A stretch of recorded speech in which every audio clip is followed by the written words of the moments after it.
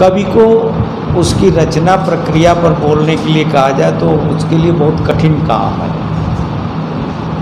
लेकिन ये सच है कि कविता धीरे धीरे लिखने आती है,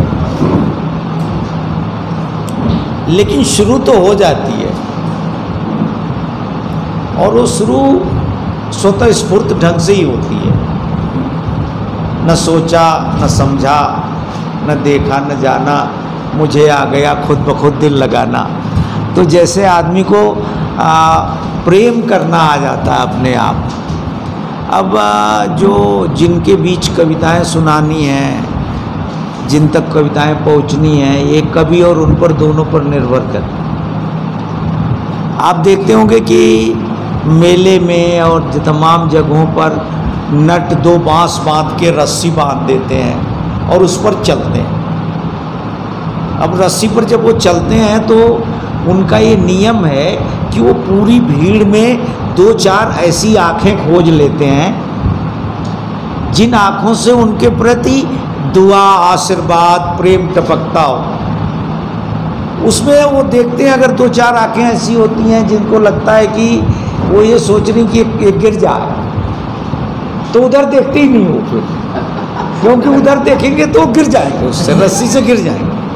तो वो उन्हीं की तरफ देखते हैं जिन तरफ से उनको पॉजिटिव उस तरह का रिस्पांस आता है। तो जाकिर हुसैन साहब एक शेर सुनाया करते थे, वो श्रोताओं के लिए मैं पढ़ रहा हूँ कि जो दिल विल लेने का ढब जानते हैं, जो दिल विल लेने का ढब जानते हैं, वो तरकीब वरकीब सब जानते हैं। तो कविताओं की शुरुआत अपन करेंगे कुछ अप्रकाशित और अभी ताज़ी लिखी हुई कविताओं से। तो एक कविता का शीर्षक है राजा का मंदिर। राजा का मंदिर। खैर मनाओ राजा, खैर मनाओ राजा कि देश में इतने देवी देवता हैं, इतने भगवान हैं। खैर मनाओ राजा कि देश में इतने देवी देवता हैं, इतने भगवान हैं, नहीं तो लोग जो उनसे मांगते हैं तुमसे मांगते। खैर मनाओ राजा कि देश में इतने देवी देवता हैं, इतने भगवान हैं, नहीं तो लोग जो उनसे मांगते हैं तुमसे मांगते। खूब खाओ मोटाओ राजा, खूब खाओ मोटाओ राजा कि देश में इतने मठ मंदिर हैं, इतने शक्तिपीठ हैं। खूब खाओ मोटाओ राजा कि देश में इतने मठ मंदिर हैं, इतने शक्तिपीठ हैं, वरना जो भीड़ वहाँ रेला देती है तुम्हारे सिंह द्वार पर खड़ी होती। वरना जो भीड़ वहाँ रेला देती है तुम्हारे सिंह द्वार पर खड़ी होती। पूतो फलो दूधो नहाओ राजा, पूतो फलो दूधो नहाओ राजा, राज पुरोहित को सोना चांदी लुटाओ राजा, तुम्हें सारी मुसीबतों से बचा दिया। पूतो फलो दूधो नहाओ राजा, राज पुरोहित को सोना चांदी लुटाओ राजा, तुम्हें सारी मुसीबतों से बचा दिया।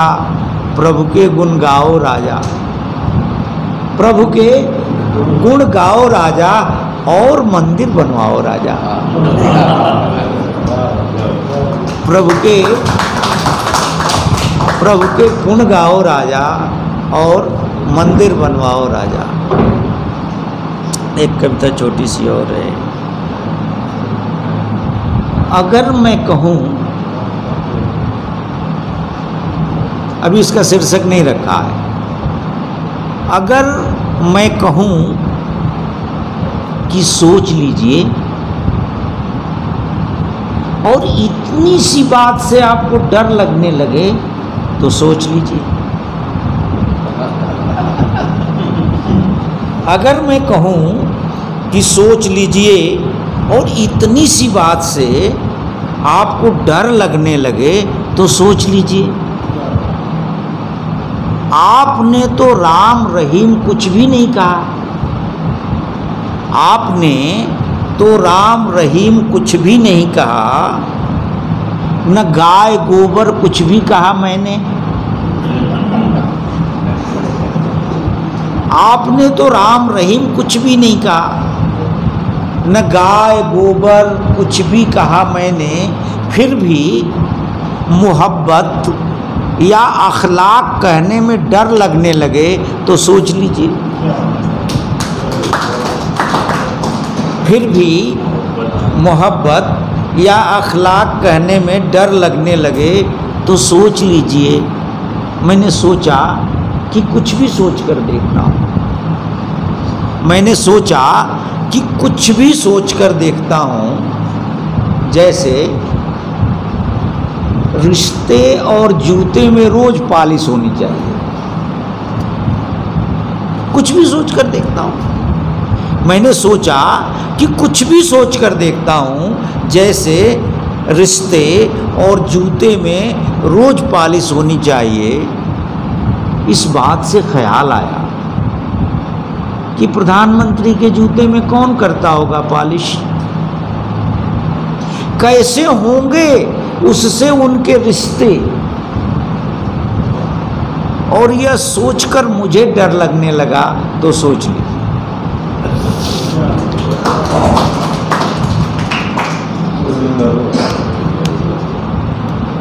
एक कविता है, उस माँ की कोख से जन्मे बिना।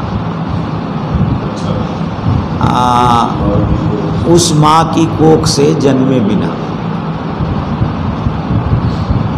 ये जिन्होंने मेरा जन्म कराया था, हम लोग उनको चमैनिया काकी कहते थे। जो खूबी काकी इसमें लिखा हुआ है, उनका नाम भी लिखा, उनके लिए समर्पित कविता है। जितना सहती है गरीब की बेटी, क्या सहेगी धरती। जितना सहती है गरीब की बेटी, क्या सहेगी धरती। उफ, शताब्दियों से इतने भयानक अनाचार, उफ, शताब्दियों से इतने भयानक अनाचार। अगर सही में फटती धरती तो न जाने कितनी बार फटी होती। अगर सही में फटती धरती तो न जाने कितनी बार फटी होती। जितना जलता है गरीब का बेटा, क्या जलेगा सूरज। जितना जलता है गरीब का बेटा, क्या जलेगा सूरज। उफ, शताब्दियों से इतने भयानक अत्याचार। उफ, शताब्दियों से इतने भयानक अत्याचार। अगर सही में टूट कर गिरता आसमान तो न जाने कितनी बार गिरा होता। अगर सही में टूट कर गिरता आसमान तो न जाने कितनी बार गिरा होता। जितनी पीड़ा भोगती है गरीब की माँ, क्या जिएगा कभी। हाथ की अंगुली नहीं, आँख की पुतली बीनती है गोबर में अनाज। कूड़े में रोटी की चिंदियाँ, और उसे भी क्षुधातुर होकर जब देखता है कलेजे का टुकड़ा, तो जितना हाहाकार करती है उस माँ की छाती, कोई भी पार्टी उतना हल्ला नहीं बोलती। जितनी पीड़ा भोगती है गरीब की माँ, क्या जिएगा कभी। हाथ की अंगुली नहीं, आँख की पुतली बीनती है गोबर में अनाज। पहले हमारे यहाँ एक बहुत बड़ी कम्युनिटी थी जो कटाई हो जाती थी गेहूं की, उसके बाद बैलों से उसकी मड़ाई होती थी, तो बैल उसमें अनाज भी खाते रहते थे और वो फिर पतला गोबर करते थे, तो उस गोबर को लोग उठा के ले जाते थे और सरोवरों में उसको धोते थे खांची में, तो गोबर निकल जाता था और अनाज बच जाता था। फिर उस अनाज को कई बार धो के सुखाते थे, फिर पिसवाते थे, फिर खाते थे। हमने खाया तो नहीं है, लेकिन हमने अक्करमासी शरण कुमार लिम्बाले की आत्मकथा पढ़ी है कि उनकी माँ एक गोबर का अनाज ले आती थी, जिसे गोबरंजा कहते थे, तो उसकी जब रोटी बनती थी तो उसको खाने के बाद 2 दिन तक गोबर की ढकार आती थी अंदर से। और आप दिल्ली से फरीदाबाद के लिए कहीं किसी भी तरफ चलिए, आपको हजारों बच्चे कूड़े में डबल रोटी की चिंदियाँ ढूंढते मिल जाएंगे। अगर एक लड़के को मिल गया तो 5 लड़के उस पर दौड़ते हैं और दौड़ दौड़ के जल्दी जल्दी मुंह में डाल लेते हैं कि वो खा जाए, दूसरा छीन न ले। ये आज की तारीख में हमारे देश की स्थिति है। तो आँख की पुतली बीनती है गोबर में अनाज, कूड़े में रोटी की चिंदियाँ, और उसे भी क्षुधातुर होकर जब देखता है कलेजे का टुकड़ा, तो जितना हाहाकार करती उस माँ की छाती, कोई भी पार्टी उतना हल्ला नहीं बोलती कि एक बार उस माँ की कोख से जन्मे बिना कोई भी कवि नहीं लिख सकता वैसी कविता। अब एक आध दूसरे टेस्ट की कविता सुनाता हूँ। कविता का शीर्षक है भोग। भोग भोग आप जानते हैं कर्म फल को भी कहते हैं कि भोग रहे हैं, यही किया था तो क्या कौन भोगेगा, भोग रहे हैं। फिर कहते हैं अरे उनके तो मज़े हैं, 56 भोग लगा रहे हैं, तो कर्म कष्ट है वगैरह वगैरह। और फिर वैष्णव परंपरा में जब थाली लगाते हैं तो एक मंत्र पढ़ते हैं, त्वदीयम वस्तु गोविंद तुभ्यमेव समर्पये, कि हे प्रभु ये जो आपका दिया हुआ है, जो हम खाने जा रहे हैं, वो आपको पहले समर्पित करते हैं। तो इस पर कविता है कि ब्राह्म मुहूर्त में उठकर आप सोचें, धर्म अर्थ काम और मोक्ष के बारे में। ब्राह्म मुहूर्त में उठकर आप सोचें, धर्म अर्थ काम और मोक्ष के बारे में।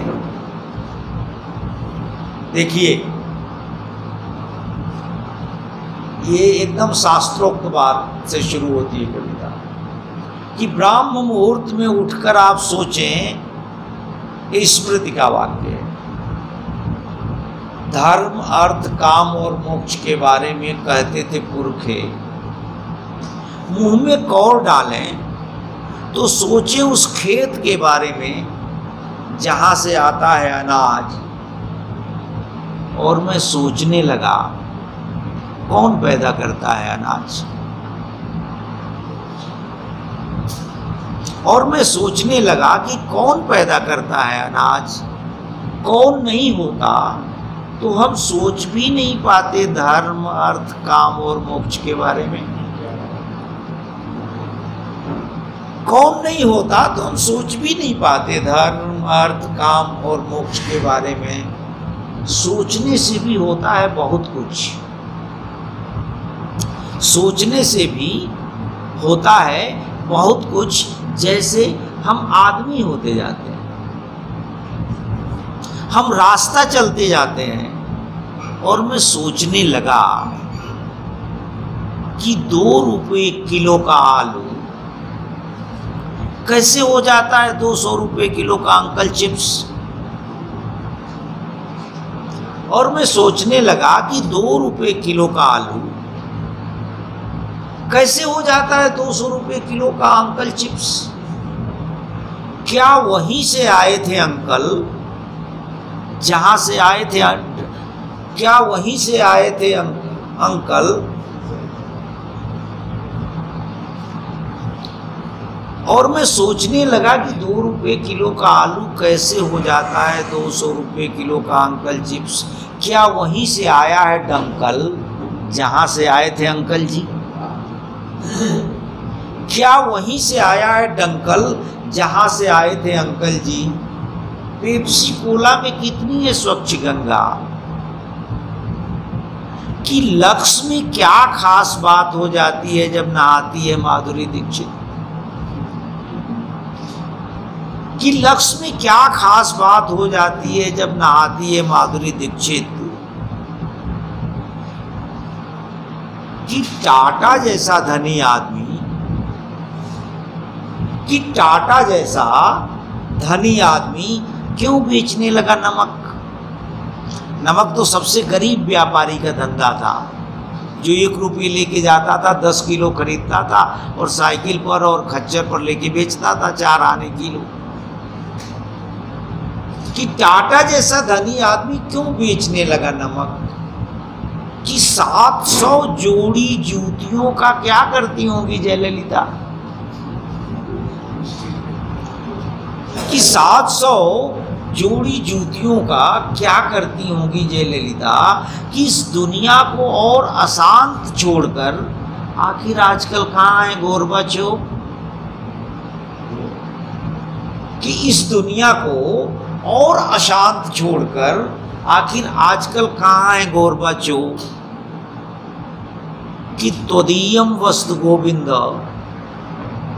त्वदीयम वस्तु गोविंद तुभ्यमेव समर्पय का अर्थ क्या होता है? आप मियाँ की जूती मियाँ के सर, त्वदीयम वस्तु गोविंद तुभ्यमेव समर्पय का अर्थ क्या होता है? एक कविता है एकलव्य की तरफ से, चूँकि कुरुक्षेत्र है और पौराणिक तौर पर यहाँ लड़ाई हुई थी और एकलव्य भी अपने बाएं हाथ से इस युद्ध में शामिल हुए थे।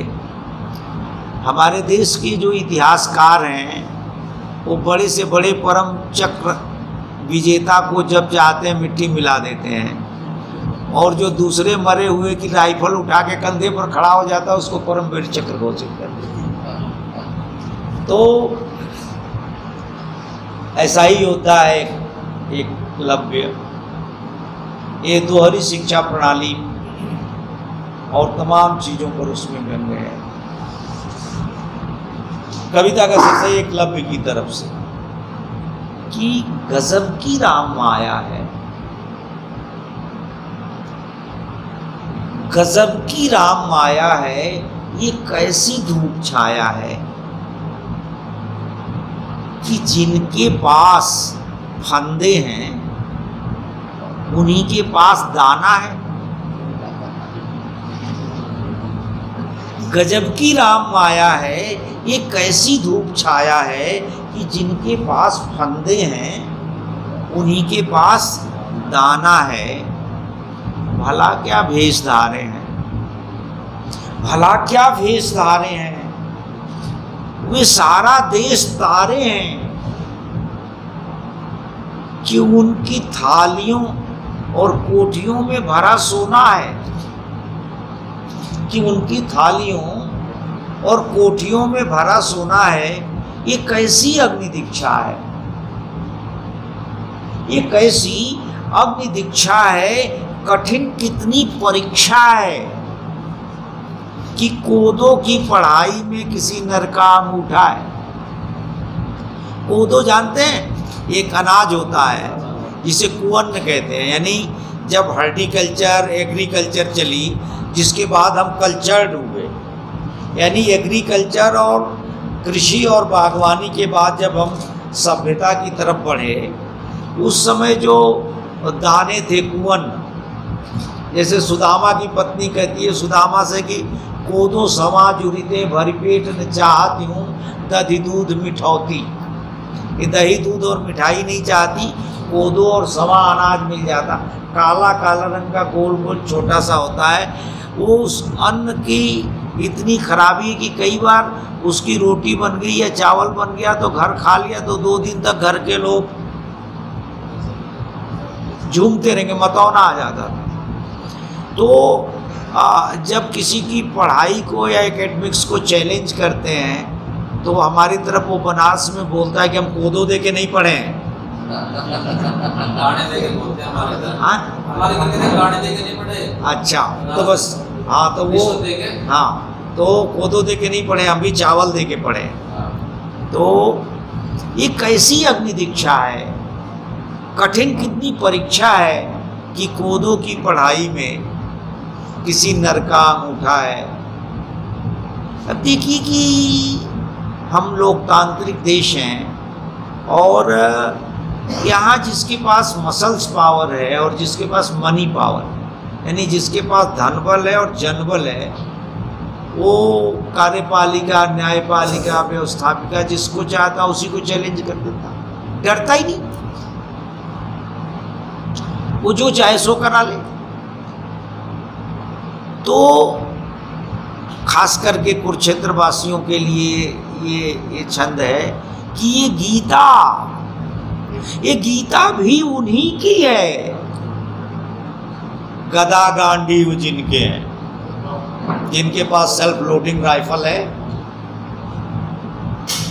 कि ये गीता भी उन्हीं की है, गदा गांडीव जिनके हैं, जो अपने थे वो गूंगे थे, यही तो रोना रोना है।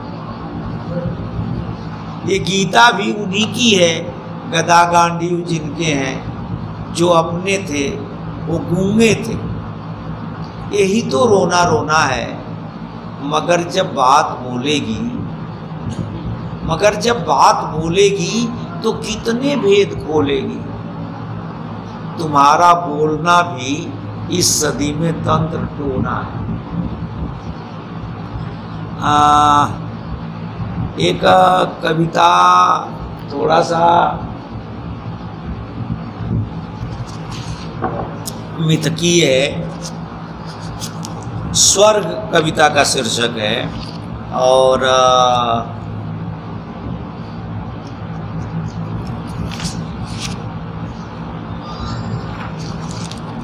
मुझे उसे थोड़ा सा, दरअसल समकालीन कवियों पर यह आरोप है कि उनको कविताएं अपनी याद नहीं रहती, या वो बिना देखे नहीं पढ़ सकते, वगैरह वगैरह।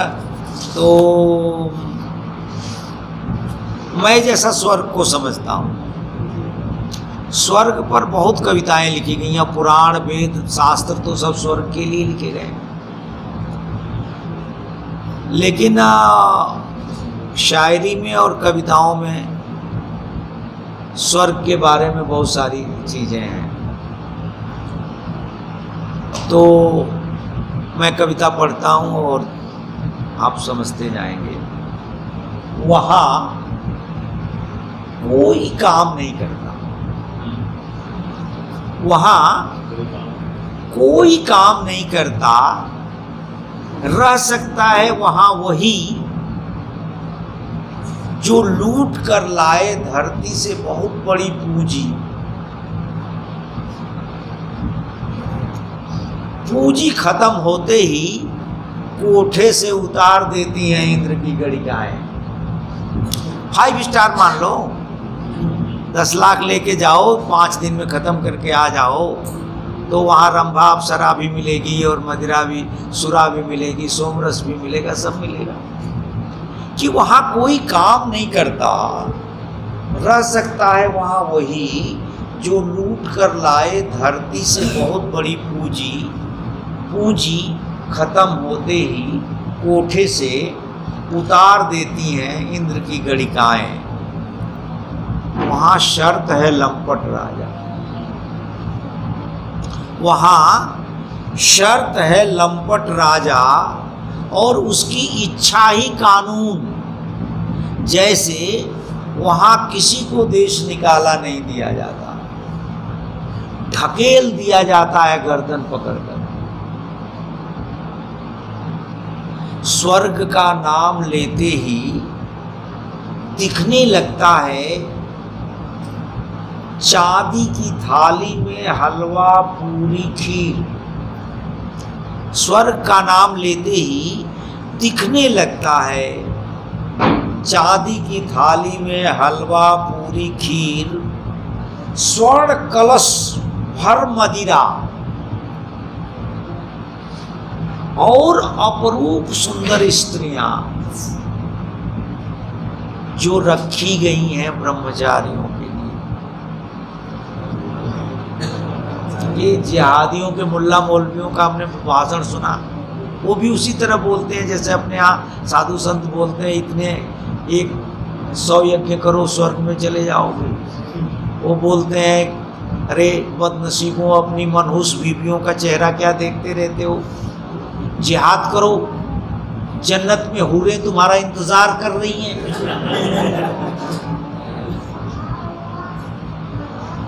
तो स्वर्ग का नाम लेते ही दिखने लगता है चांदी की थाली में हलवा पूरी खीर, स्वर्ण कलश भर मदिरा और अपरूप सुंदर स्त्रियां जो रखी गई हैं ब्रह्मचारियों के लिए। ये शर्त है, यानी यहाँ जीवन भर ब्रह्मचारी रहिए और वहाँ जाइए तो आप 20 ठे रखिए, कोई पूरी छूट है, लेकिन यहाँ ब्रह्मचारी रहिए। स्वर्ग की इच्छा मनुष्य को गलाती है जीते जी। स्वर्ग की इच्छा मनुष्य को गलाती है जीते जी। जानते हैं ना, स्वर्गारोहण हुआ था, पहले धर्मराज गए, उनका कुत्ता गया, फिर द्रौपदी गली, फिर नकुल, फिर सहदेव, फिर अर्जुन, फिर भीम। स्वर्ग की इच्छा मनुष्य को गलाती है जीते जी, उसके आदमी होने का करती है उपहास। वहां सशरीर जा सकते हैं सिर्फ कुत्ते, वहां सशरीर जा सकते हैं सिर्फ कुत्ते। अगर इत्र फुलील के बावजूद, अगर इत्र फुलील के बावजूद जहां सुख सड़ता है, जहां सुख सड़ता है, अनुकूलित होकर बसाने की हद तक हंसी आती है इस बात पर। हंसी आती है इस बात पर कि जिनके पास कल्प वृक्ष और कामधेनु है। सुना है कि नहीं?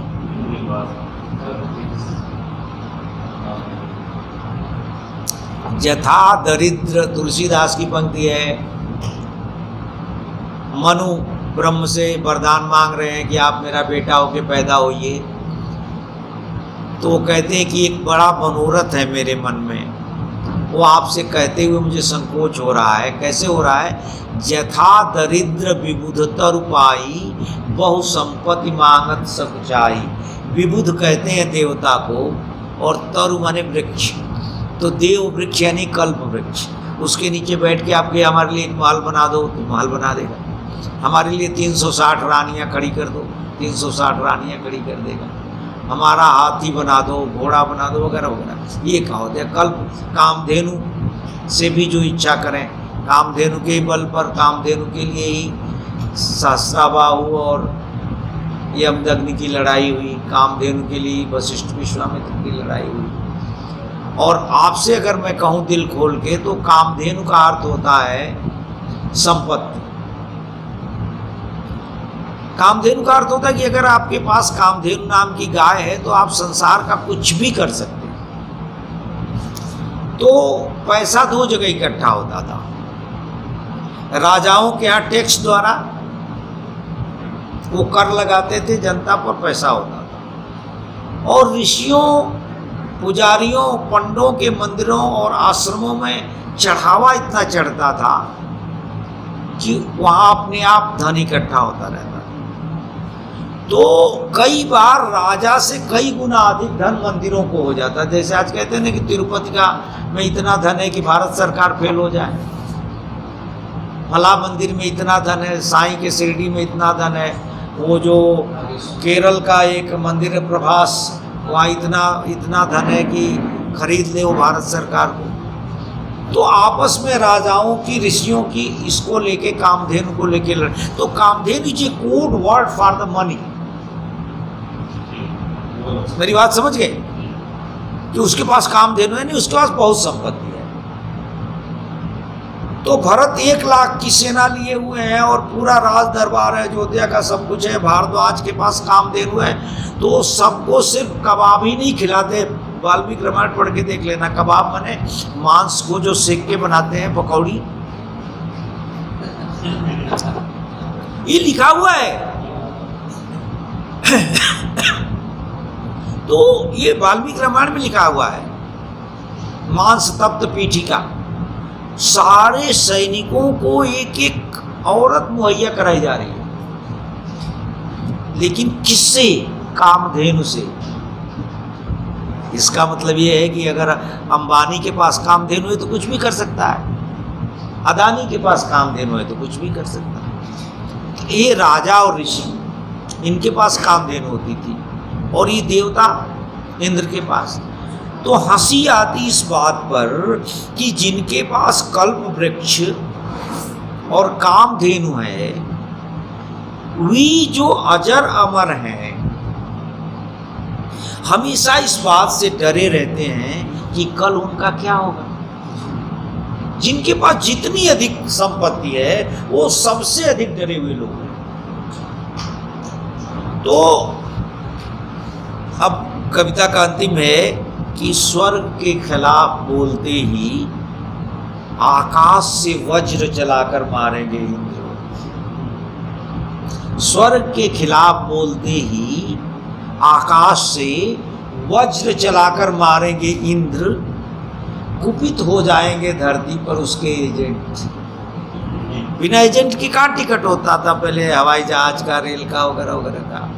तो स्वर्ग के बहुत सारे एजेंट हैं अपने यहाँ, मुल्ला मौलवी से लेकर के पंडित पुरोहित पादरी तक, सब एजेंट हैं। ये इनके पास जाओगे तभी वहाँ का टिकट मिलेगा। तो स्वर्ग के खिलाफ बोलते ही आकाश से वज्र चलाकर मारेंगे इंद्र, कुपित हो जाएंगे धरती पर उसके एजेंट। स्वर्ग के खिलाफ बोलना धरती के धुरंधरों के खिलाफ बोलना है। स्वर्ग के खिलाफ बोलना धरती के धुरंधरों के खिलाफ बोलना है। स्वर्ग के खिलाफ बोलना आकाश के स्वेच्छाचारियों के खिलाफ बोलना।